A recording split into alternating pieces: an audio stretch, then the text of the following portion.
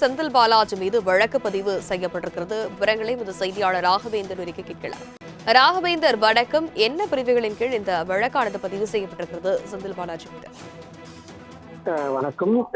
செந்தில் பாலாஜி வருமானத்திற்கு அதிகமான சொத்து சேர்த்ததாக ஊழல் தடுப்பு மற்றும் கண்காணிப்பு இயக்குநரகம் வழக்கு பதிவு செய்திருக்கிறது. கிட்டத்தட்ட இன்று மட்டும் ஒரே நாளில் 41 இடங்களில் இந்த சோதனையானது லஞ்ச ஒழிப்புத்துறை துறையினால் நடத்தப்பட்டு வருகிறது. சென்னையில் 14 இடங்களிலும், கரூரில் இருக்கக்கூடிய செந்தில் பாலாஜி ராமேஸ்வரப்பட்டி வீடு, அவரது உதவியாளர் சுப்பிரமணியன் வீடு, கரூர் கிழக்கு ஒன்றிய திமுக செயலாளர் பாஸ்கரின் வீடு, ரமேஷ், கார்த்திக் ஆகியோரின் வீடுகள், கரூரில் இருக்கக்கூடிய டாஸ்மாக் மண்டல அலுவலகம், மொத்தமாக இந்த 41 இடங்களில் இந்த சோதனையானது நடத்தப்பட்டு வருவதாக தெரிவிக்கப்பட்டிருக்கு.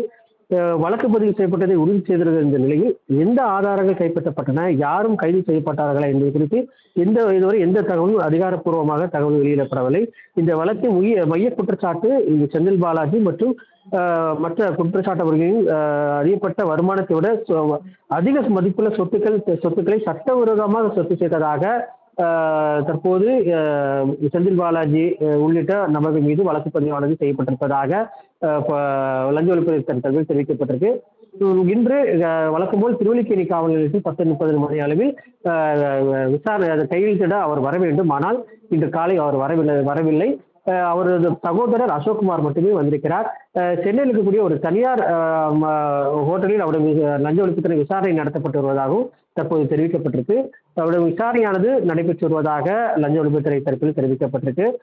மேலும் வழக்கு பதிவானதும் தற்போது அவர் ஒரு A1 குற்றவாளியாக தற்போது வழக்கு பதிவானது செய்யப்பட்டிருப்பதாக லஞ்ச ஒழிப்புத்துறை தரப்பில் தெரிவிக்கப்பட்டிருக்கு. இன்னும் இந்த விசாரணை மற்றும் சோதனை நிறைவுற்ற பின்புதான் முழுமையான தகவல் தெரிவிக்க முடியும் என்று லஞ்ச ஒழிப்புத்துறை தரப்பில் தெரிவிக்கப்பட்டிருக்கு. விவரங்களுக்கு நன்றி ராகவேந்தர்.